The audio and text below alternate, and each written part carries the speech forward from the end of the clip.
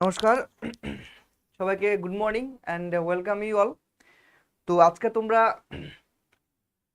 তোমাদের জন্য আমি যে ক্লাসটা তোমাদের আজকে করাবো সেটা থাকবে আমাদের বাজেট নিয়ে। ইতিমধ্যেই তোমরা নিশ্চয়ই দেখেছো যে আমাদের কেন্দ্রীয় সরকার একটা বাজেট পেশ করেছে। এই মার্চেই করেছিল।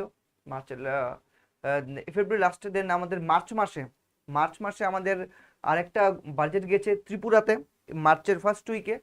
তো আমাদের ত্রিপুরা বাজেটে কি কি আমাদের নতুন প্রভিশনস আনা হয়েছে সেটা আমরা দেখব, এবং আমাদের যে ইন্টারিম বাজেট যেটা হয়েছিল কিছুদিন আগে, সেটার মধ্যে আমরা দেখব কি কি আমাদের নতুন স্কিম প্রজেক্ট, কোন আমাদের সেক্টরে কত টাকা খরচা করা হয়েছে, এভরিথিং আজকে আমাদের এই ক্লাসে থাকবে। এবং আমরা আগে এই জিনিসটা আলোচনা করি যে ইন্টারিম বাজেটটা মানে কি এবং ইন্টারিম বাজেটটা কেন হয়।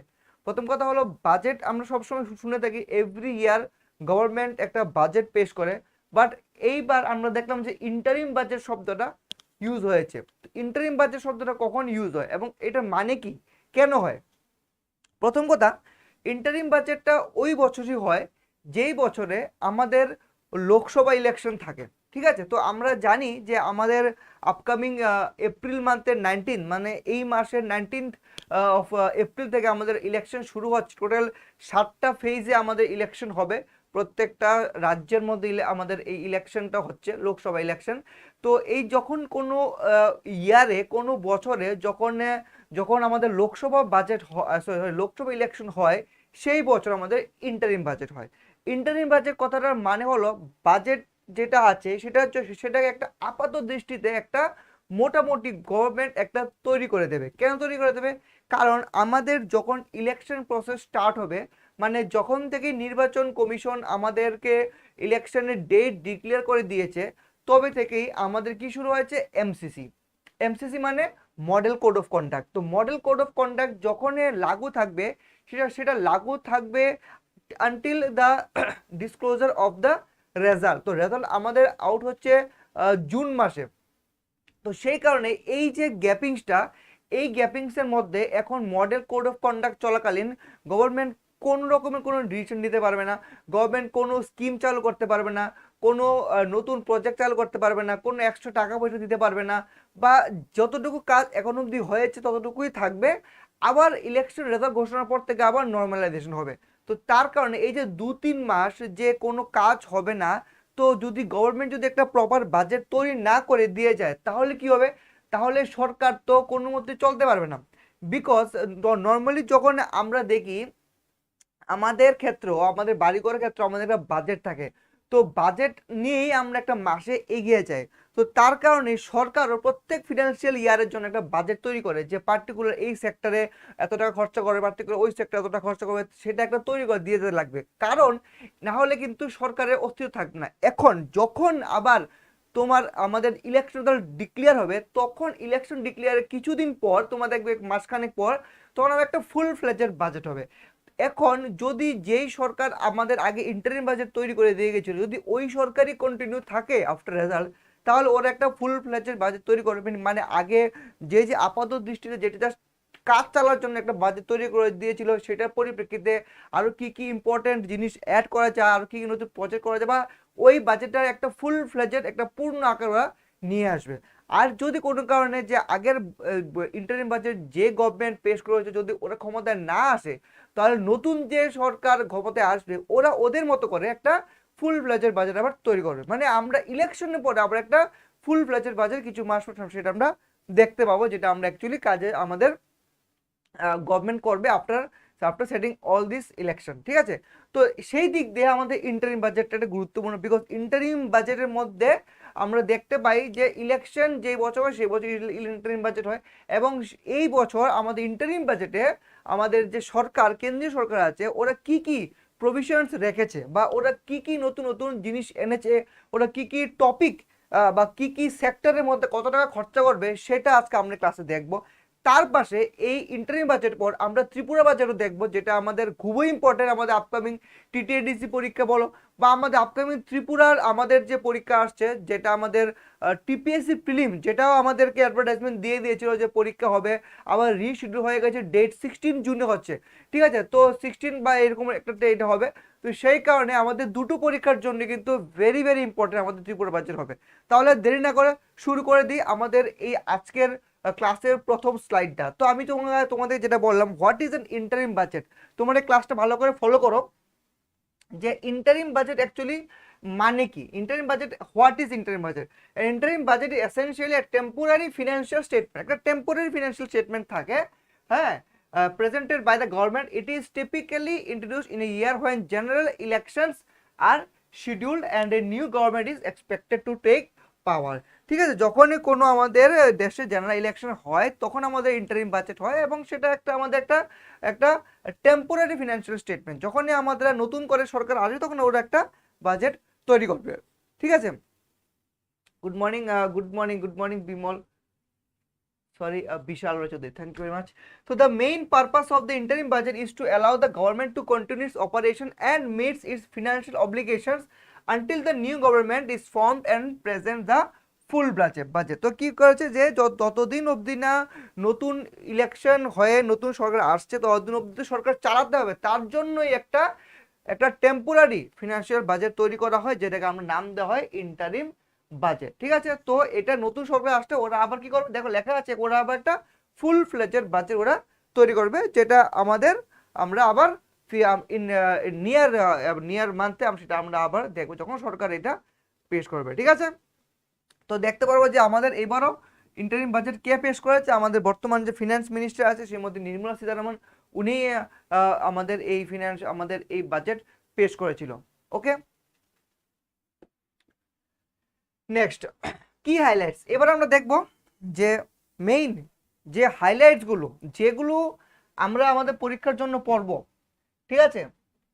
তোমাদের এই ক্লাসটার জন্য তোমরা একটু কাইন্ডলি লাইক করে দেবে এবং একটু শেয়ার করে দেবে বন্ধুরা।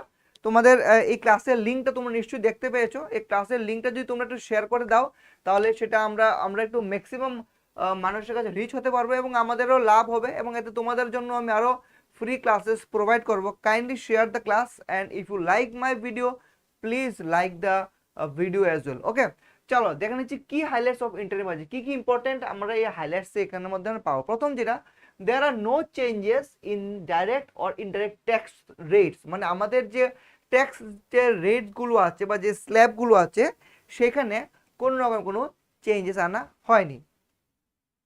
এগুলো থেকে কিন্তু আমরা প্রশ্ন পাবো, আমি আবার বলছি এগুলো থেকে কিন্তু আমরা পরীক্ষাতে কোয়েশ্চেন পাবো, ঠিক আছে। ইন্টারিম বাজেটে কোন সেক্টরে কত টাকা খরচা করছে সেগুলো কিন্তু আমরা অবশ্যই পাবো। ওকে, আমি ক্লাসের লিঙ্কটা আবার একটু শেয়ার করে দিচ্ছি আমাদের সমস্ত ফ্রেন্ডসদের সাথে, যাতে তোমরা এটা দেখতে পারো। ওকে, আমি লিঙ্কটা একটু শেয়ার করে দিচ্ছি, তোমরা একটু শেয়ার করে দিলে অনেকটাই ভালো হবে।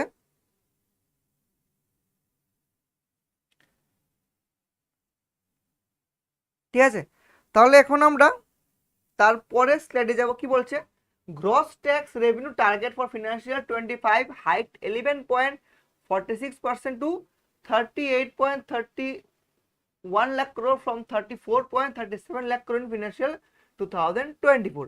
গ্রস ট্যাক্স রেভিনিউ যেটা আমাদের ট্যাক্স থেকে কালেকশন হয়, আমাদের যে সরকার থাকে যে গভর্নমেন্ট থাকে, মূলত আমাদের একটা গভর্নমেন্টের আমাদের ইনকাম করতে হচ্ছে সেটা থেকে ট্যাক্স রেভিনিউ থাকে, মূল আমাদের যে সোর্স অফ ইনকাম থাকে সেটা থেকে ট্যাক্স রেভিনিউ থাকে। আমরা যতটা ট্যাক্স রেভিনিউ পাই এবং গভর্নমেন্ট যে ট্যাক্স রেভিনিউ পায় সেটা হয়ে থাকে ওদের ইনকাম, এবং এক্সপেন্ডিচার থাকে আমাদের এই যে রেভিনিউটা থাকে, সেই রেভিনিউটা থাকে গভর্নমেন্ট বিভিন্ন সেক্টরে টাকা খরচা করছে, ঠিক আছে। কোনো জায়গাতে কোনো কনস্ট্রাকশন তৈরি করছে, কোনো জায়গাতে কোনো রোড তৈরি করছে, ব্রিজ তৈরি করছে, কোনো জায়গাতে কোনো প্রজেক্ট নতুন স্কিম আনছে, তো এই সমস্তগুলি গভর্নমেন্ট বিভিন্ন জায়গাতে এক্সপেন্স করে। তো একদিকে গভর্নমেন্ট ইনকাম করে, একদিকে গভর্নমেন্ট এক্সপেন্স করে, সেভাবে গভর্নমেন্ট একটা বাজেট একটা ব্যালেন্স তৈরি করে থাকে। তো এখানে কি বলছে যে gross tax revenue target financial 2025 এর জন্য সেটাকে হাইক করা হয়েছে 46%। তো এটাকে কত করা হয়েছে? 38.31 লাখ করে করা হয়েছে, যেটা আগে ছিল 34.37 লাখ করে ইন ফিনান্সিয়াল 2024। ঠিক আছে,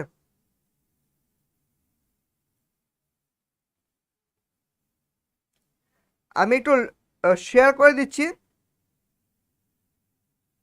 তোমাদের সবার সাথে। তোমরা আমার এই ক্লাসের ভিডিওটাকে তোমরা একটু শেয়ার করে দিও, তাহলে আমাদের অনেক স্টুডেন্টের ক্লাসটা দেখতে পাবে, যেটা ওদের জন্য আগামী পরীক্ষার জন্য খুবই ইম্পর্টেন্ট একটা ক্লাস হবে। ঠিক আছে,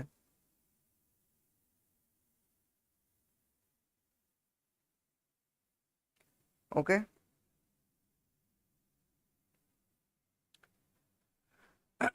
তো আমি শেয়ার করে দিলাম। তো এখন আমরা দেখে নেব যে আমাদের যে পরবর্তী যা কি আছে, ডাইরেক্ট ট্যাক্স কালেকশন।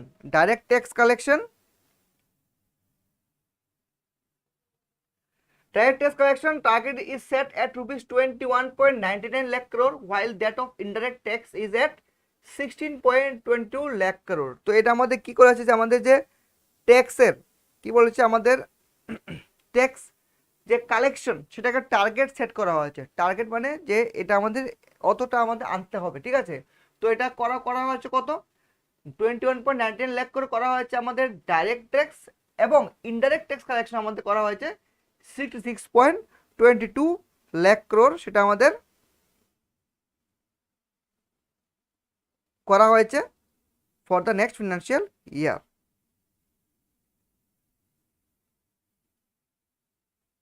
ঠিক আছে, next, the fiscal deficit for financial 25 is projected at 5.1%, lower than the revised estimate of 5.8% in financial 2024 fiscal deficit।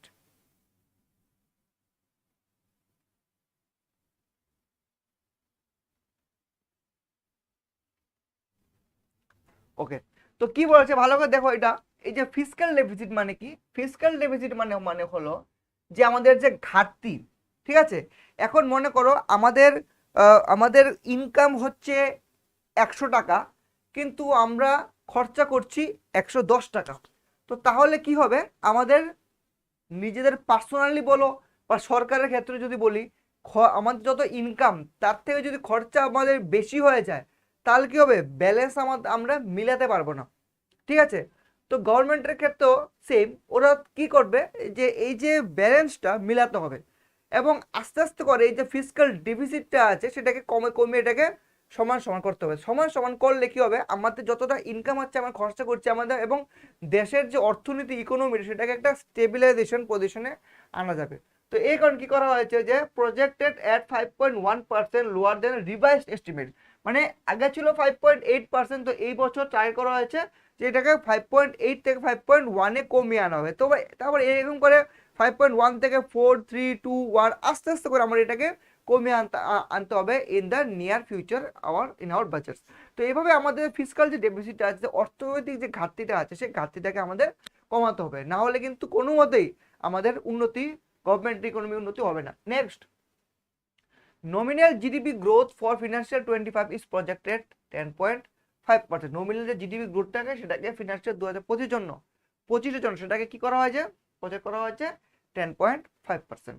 The government will release a white paper on the mismanagement of the economy before 2014। 2014 হবে না, এটা 2024 হবে। ঠিক আছে, এটা typing mistake হয়েছে।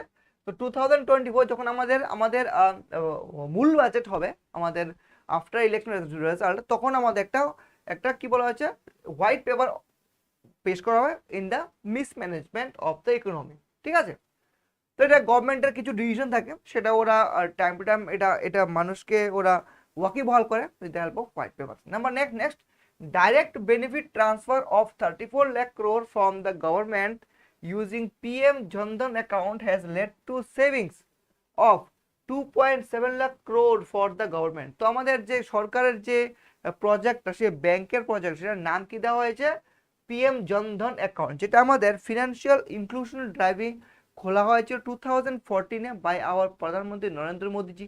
তো নরেন্দ্র মোদীজির ওনার ফার্স্ট যে স্টেপটা সেটা ছিল প্রধানমন্ত্রী জনধন যোজনা, এই ব্যাংক অ্যাকাউন্ট। এই অ্যাকাউন্টটা করে মানে ছিল যে ভারতবর্ষের প্রত্যেকটা ব্যক্তির যাতে একটা ব্যাংক অ্যাকাউন্ট থাকে, এবং এই ব্যাংকের অ্যাকাউন্টে ছিল জিরো ব্যালেন্স অ্যাকাউন্ট। সেখানের মধ্যে এখন এই ব্যাংকের অ্যাকাউন্টের থ্রুতেই আমাদের যত সরকারি গভর্নমেন্টের যত রকমের মিনস ফান্ড ট্রান্সফার আছে বা ডাইরেক্ট বেনিফিট ট্রান্সফার, যেটা বলো আমাদের যদি কোনো রকম কোনো রেগার টাকা দেওয়া থাকে, কোনো ভাতা দেওয়া থাকে, বা যাই সরকারের কোনো রকম কোনো হেল্প বা টাকা পয়সা যদি আমরা পেয়ে থাকি বা সরকার যদি দিয়ে থাকে, ডাইরেক্ট বেনিফিট ট্রান্সফার করে থাকে, specially the weaker section of the society, rural people of society, ওদেরকে পিএম জনধন অ্যাকাউন্টের মাধ্যমে টাকাটা ট্রান্সফার করা হবে। তো এর মাধ্যমে কি হবে যে গভর্নমেন্টের কাছে প্রায় সমস্ত মানুষের ব্যাংক অ্যাকাউন্ট হবে, ওরা টাকা কিছু হলেও জমাতে পারবে, এবং সবার ব্যাংক অ্যাকাউন্ট হলে দেশেরই লাভ হবে। এবং এতে কি হবে যে ডাইরেক্ট গভর্নমেন্ট 2.7 লাখ crore গভর্নমেন্টে কি হয়েছে, সেভিংস হয়েছে for this particular bank account scheme project. তো এটা একটা খুবই ভালো project, PM Jan Dhan Yojana, which has been launched by our Prime Minister Narendra Modi during the 2014.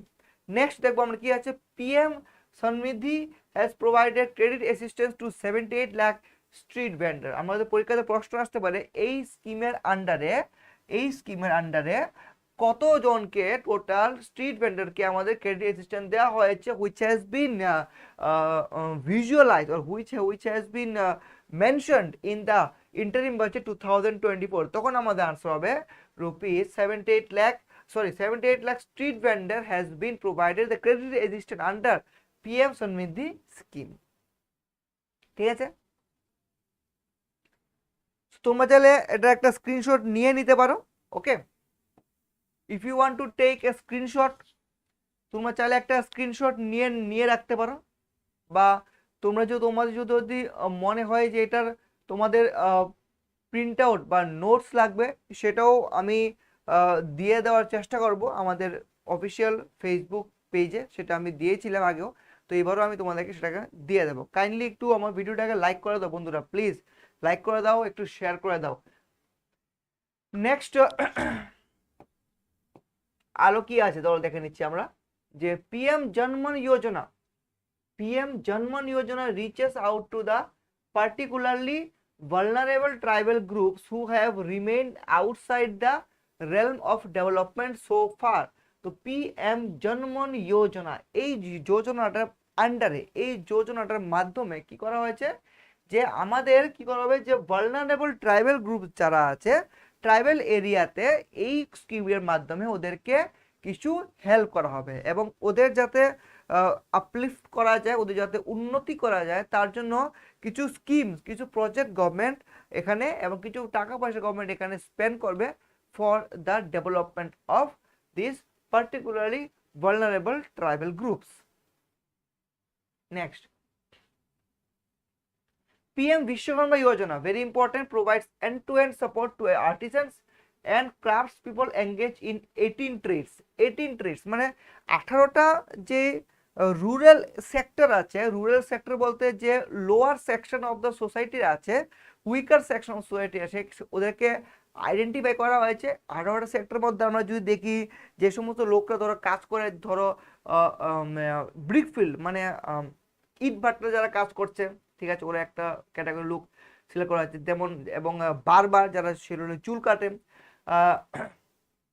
কেউ ধরো টেলারিং কাজ করছে, কেউ ধরো রঙের কাজ করে, কেউ ধরো রাজমিস্ত্রি, ঠিক আছে। তো এরকমভাবে এরকম পেশায় যুক্ত 18টা সেক্টরকে চুজ করা হয়েছে পিএম বিশ্বকর্মা যোজনা আন্ডারে, যাদেরকে সরকারি তরফ থেকে কিছু লোন দেওয়া হবে এবং কিছু হেল্প করা হবে, যাতে ওরা কি করতে পারে, নিজের পায়ে দাঁড়াতে পারে, এবং ওরা যাতে নিজের রোজগার করে, নিজের ভাত অন্য রোজগার করে যাতে খেতে পারে।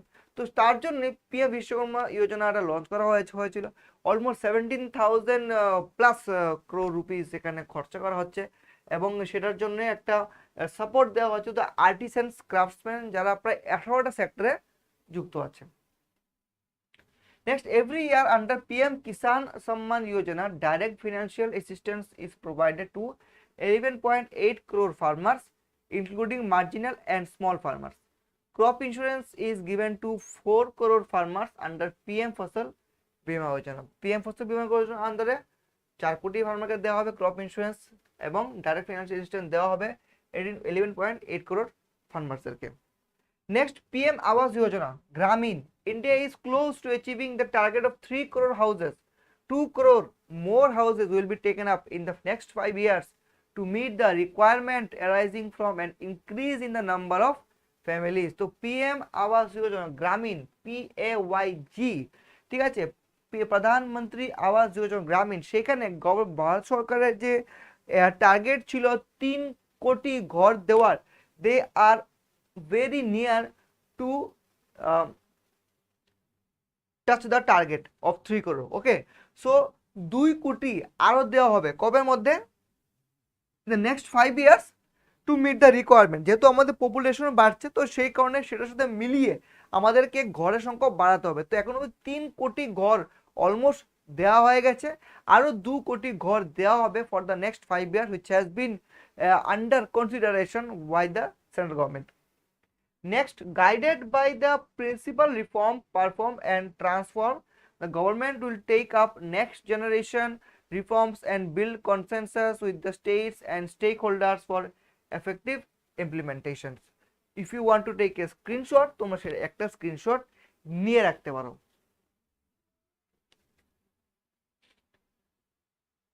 Next,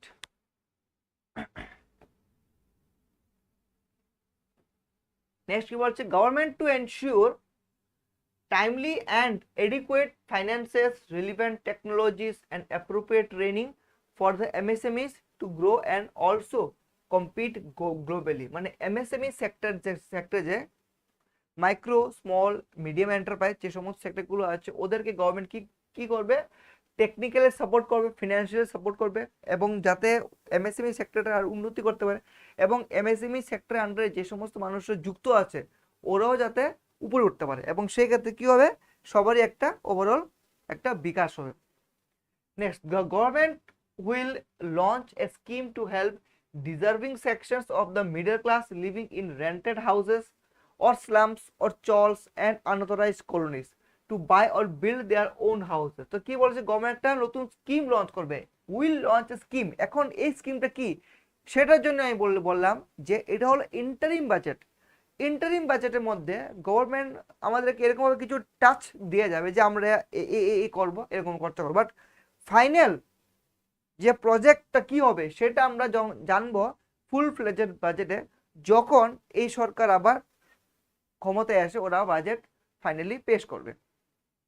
ঠিক আছে, next, through rooftop solarisation 1 crore households will be enabled to obtain up to 300 units of free electricity every month। Rooftop solarisation আমাদের যে ছাদের বাড়ির ছাদে যে সোলার বসানোর জন্য যে প্রজেক্ট চালু করা হয়েছে সেটার মাধ্যমে গভর্নমেন্ট একটা স্টেপ নিচ্ছে, which is a very good initiative.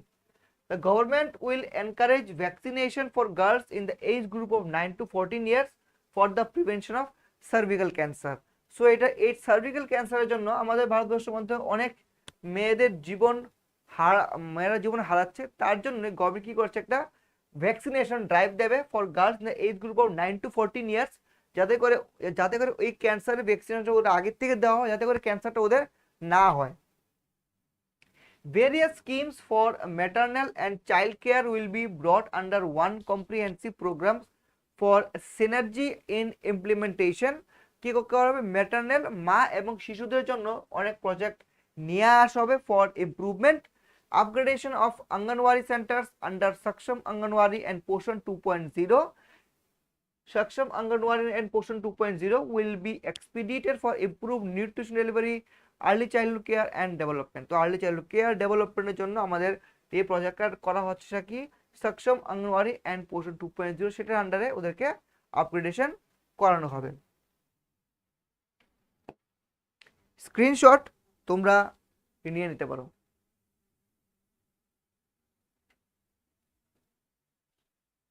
Next next কি আছে, newly designed U-Win platform for managing immunization and intensified efforts of Mission Indradhanush will be rolled out expeditiously throughout the country. তো U-Win platform মানে কি, আমাদের একটা platform তৈরি করা হবে যেখানে আমাদের গভর্নমেন্টের যে বিভিন্ন রকমের ভ্যাকসিনেশন দেওয়া হচ্ছে মানুষদেরকে, সেটার একটা প্রপার ডাটা থাকবে। তোমরা এই পোর্টালটা লক্ষ্য করতে পারবে, আমরা যখন কোভিডের সময় আমরা যখন ভ্যাকসিনেশন নিয়েছিলাম, তখন আমার একটা পোর্টাল ছিল ইউইন পোর্টাল। সেই পোর্টালের মধ্যে মধ্যে কি আমরা কি করেছি, আমাদের যে ভ্যাকসিনেশনের জন্য আমরা কি করেছি, আমরা বুক করেছি, আমাদের শিডিউল বুক করেছি এবং পার্শ্ববর্তী যে সেন্টার আছে সেখানে কি আমরা টিকা দিয়েছিলাম। তো সেই তার মধ্যে একটা ইউইন প্ল্যাটফর্ম থাকবে, সেখানে আমাদের সমস্ত রকমের ডাটাগুলো রিগার্ডিং ভ্যাকসিনেশন এটা সেভ থাকবে। Next, healthcare cover under the Ayushman Bharat scheme will be extended to all ASHA workers, Anganwadi workers and helper. তো কি বলা হচ্ছে, আয়ুষ্মান ভারত স্কিমটা সবার মধ্যে বাটা হবে, মিন্স আশা ওয়ার্কারদের দেওয়া হবে, অঙ্গনওয়াড়ি ওয়ার্কার্স, হেল্পার, সবার সাথেই সবাইকে এই আয়ুষ্মান ভারত স্কিমের আন্ডারে নিয়ে আসা হবে। Public and private investments will be promoted in post harvest activities. Atmanirbhar oil seeds Abhiyan এর মাধ্যমে কি করা হবে, strategy to be formulated for achieving self reliance in oil seeds. Oil সিডের সেলফ রিলায়েন্স জন্য গভর্নমেন্ট কিছু টার্গেট সেট করবে। A new program will be launched to support dairy farmers. Dairy farmer, দুধ শিল্পে যারা যুক্ত, ওদের জন্য গভর্নমেন্ট কিছু প্রোগ্রাম সেট করবে। The program will be built on the success of existing schemes such Rashtriya Gokul Mission, National Livestock Mission, and Infrastructure Development Funds for Dairy Processing and Animal Husbandry. তো diary এবং animal হাজবেন্ডারির জন্য গভর্নমেন্টের কিছু scheme আছে, project আছে, যেগুলো ওরা খুব শিগগিরই নিয়ার ফিউচারে নিয়ে আসবে, যখন আমরা ফুল ফ্লেজেড বাজেট আমরা দেখব। স্ক্রিনশট তোমরা চাইলে সেটাও নিয়ে রাখতে পারো। Next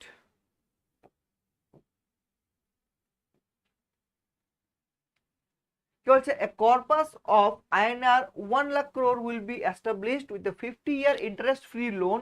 The corpus will provide long-term financing or refinancing with long tenors and low or nil interest rates. This will encourage the private sector to significantly scale up research and innovation sunrise domains. তো কি বলছে যে government 1 lakh crore rupees invest করবে কিসের মধ্যে, যে যাতে করে প্রাইভেট কোম্পানির উপর, প্রাইভেট যে কোম্পানিগুলো আছে ওদের যে সমস্ত নিড আছে, ওদের যে সেক্টরে ওদের যে হেল্প চায়, তার জন্য গভর্নমেন্ট হেল্প প্রোভাইড করবে। Means government can provide loans, government can sanction various facilities.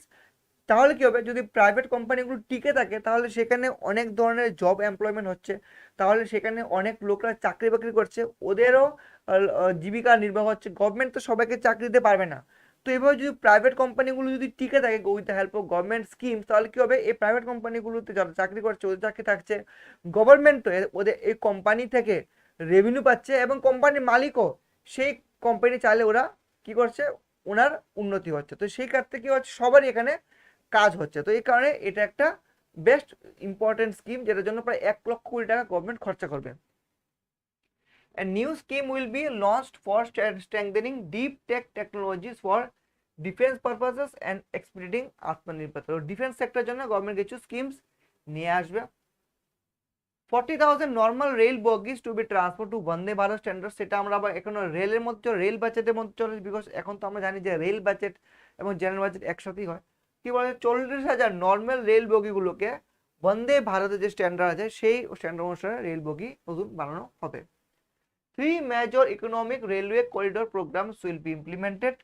These are energy, mineral and cement corridors, port connectivity corridors, high traffic density corridor. তিনটে main major economic railway corridor তৈরি করা হবে।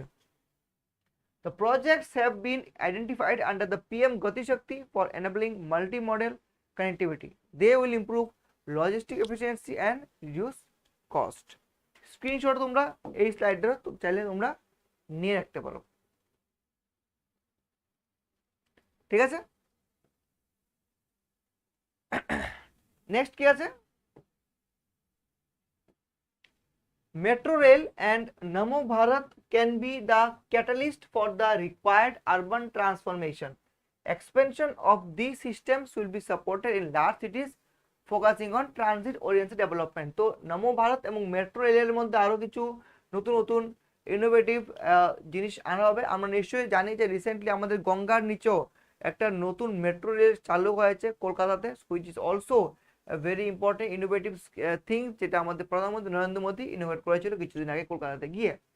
The number of airports has doubled to 149. এয়ারপোর্টের সংখ্যা বাড়ানো হয়েছে, 149 করা হয়েছে। The rollout of air connectivity to tier 2 and tier 3 cities under the Udan scheme has been widespread. 570 new routes are carrying 1.3 crore passenger. তাহলে আমাদের ইয়ারলি প্রায় 1.3 crore passenger ওরা ওরা যাচ্ছে আন্ডার উড়ান স্কিম। উড়ে দেশকে আমনাগারে একটা স্কিম করা হয়েছে, যার মাধ্যমে মিনিমাম একটা এয়ার ফ্লাইটের মধ্যে ওদেরকে কাছাকাছি কোনো ডেস্টিনেশনে পৌঁছানো হবে। ঠিক আছে।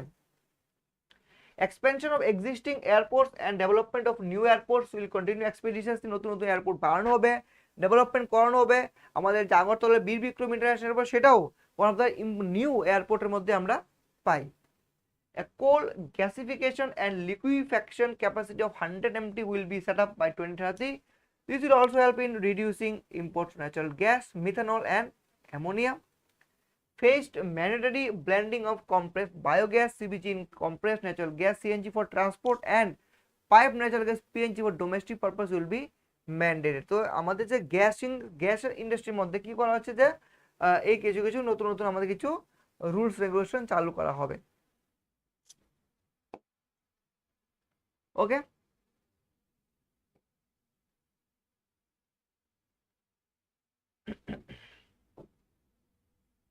নেক্সট কি বলছে, the government will expand and strengthen the e-vehicle ecosystem by supporting manufacturing and charging infrastructure. তো আমাদের এখন ইভি ইলেকট্রনিক ভেহিকেলের আমাদের প্রসেস স্টার্ট হয়েছে অলরেডি আমাদের পুরো ভারতবর্ষের মধ্যে, যে যাতে করে মানুষ ইলেকট্রিক ভেহিকেলের উপর বেশি জোর দেয়, যেটা আমাদের সবচেয়ে বেশি পরিবেশ ফ্রেন্ডলি, এনভায়রনমেন্ট ফ্রেন্ডলি। তার জন্যই ইলেকট্রিক ভেহিকেল উপর গভর্নমেন্ট কিছু বেশি ফোকাস করছে for ecosystem. Greater adoption of e buses for public transport networks will be encouraged through payment security mechanism. A new scheme of biomanufacturing and biofoundry will be launched. This will provide environment friendly alternatives such as biodegradable polymers, bioplastics, biopharmaceuticals and bioagri input. তো bio manufacturing উপরও government কিছু scheme আনছে, যে স্কিমগুলো আমরা near মান্থে দেখতে পারবো। States will be encouraged to take up comprehensive development of iconic tourist centers, branding and marketing them at a global scale. Tourism সেক্টরটাকে উন্নত করার জন্য বিভিন্ন রকমের প্রজেক্ট স্কিম জন্য কথা বলা হয়েছে, এবং সেটাকে গ্লোবাল করার জন্য কিছু কিছু আমাদের ইনিশিয়েটিভ নেওয়া হবে।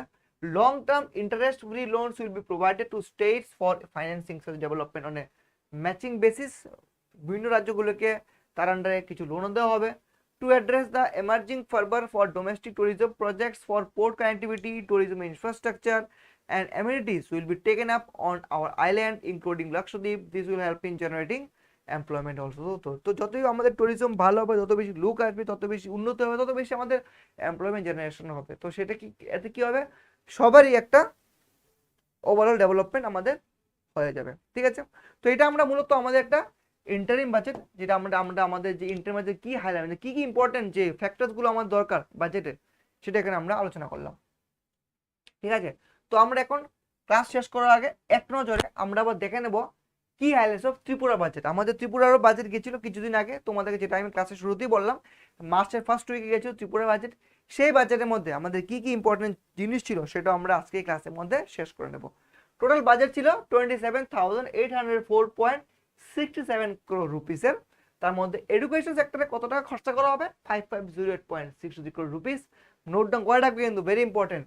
পাবলিক ওয়ার্কসে খরচা করা হবে 3070.63 crore রুপিস। হোম অ্যাফেয়ার্সে খরচা করা হবে 2357.0 crore রুপিস। রুরাল ডেভেলপমেন্টের জন্য বরাদ্দ করা হয়েছে 2217.92 crore rupees. Health and family ওয়েলফেয়ারের জন্য আমাদের দেওয়া হবে 1726.23 crore রুপিস। এগ্রিকালচার ইনভেস্ট করা হবে 1721.94 crore রুপিস। ট্রাভেল ওয়েলফেয়ারে 1161.11 crore রুপিস। রেভিনিউ সেক্টরে 548.70 crore rupees.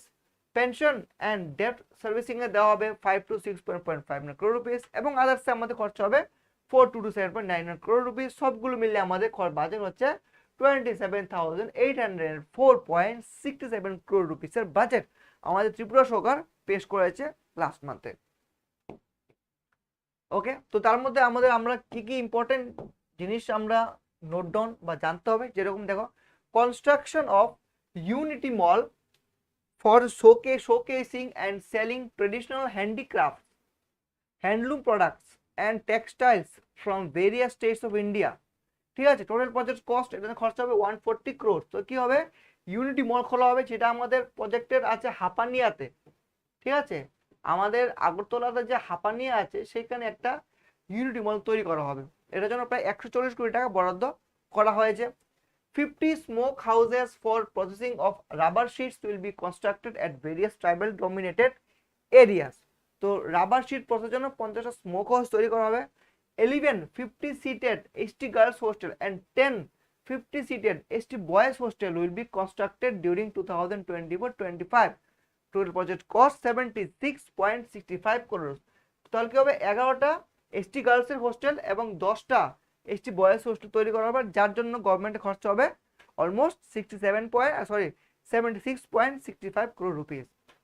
Integrated rehabilitation center for drug addicted people will be set up at Shipaijola under PM Divine scheme। Total project cost 89.90 crore rupees। তো আমাদের যে drug addicted পিপলের জন্য একটা rehab centre তৈরি করা হবে, সেটা কোথায় আসছে, শিবাইজলাতে খোলা হবে, যার জন্য খরচ হবে গভর্নমেন্টের 89.90 crore rupees, এবং সেটা PM ডিভাইন এই স্কিমের আওতার মধ্যে এটাকে খোলা হবে।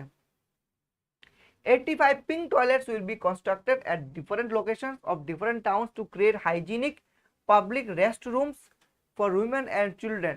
Budget allocation 7.51 crores। তো 85 pink toilet তৈরি করা হবে আমাদের পুরো ত্রিপুরা রাজ্যে।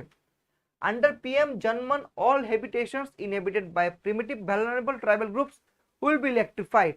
Budget allocation 69.12 crore। আমাদের PM জন্মন আন্ডারে, যেটা আমরা ইন্টারিম বাজার দেখলাম যে ট্রাইবাল এরিয়ার জন্য আমাদের গভর্নমেন্টের কিছু এক্সপেন্ডিচার করা হবে। তো আমাদের ত্রিপুরাতেও এই স্কিমের আন্ডারে অনেক কাজ করা হবে, যার জন্য ত্রিপুরার জন্য বরাদ্দ করা হয়েছে 69.12 crore রুপিস। তোমরা চাইলে এটা একটা স্ক্রিনশট নিয়ে রাখতে পারো। দেখে নিচ্ছি পরের স্লাইডটা কি বলছে এখানে। NABARD has sanctioned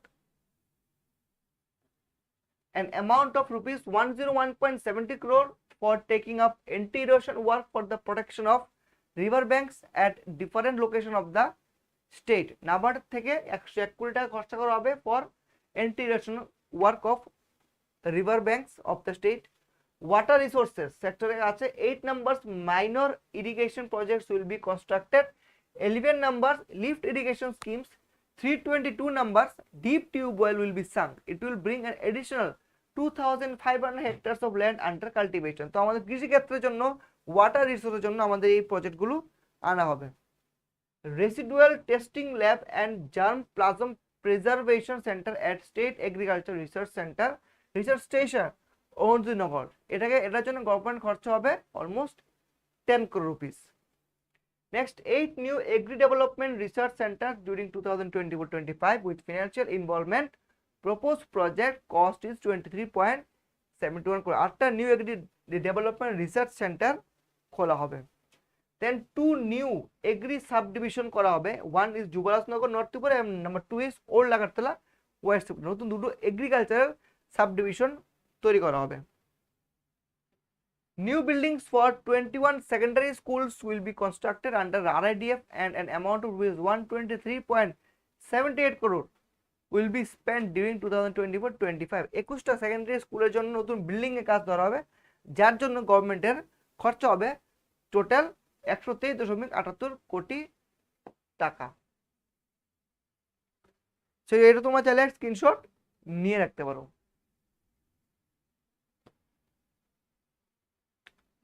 And last but not the least, Pisciculture Knowledge Center and 1 State Fishery Awareness Center to be set up under Special Assistance for Capital Investment। Total project cost তার জন্য খরচা হচ্ছে 17.13 crore rupees এবং 2200 bedded multi-care health unit will be constructed AGMC and GBV hospital complex Agartala under PM Divan আন্ডারে আমাদের 200টা বেডের multi care health unit খোলা হবে।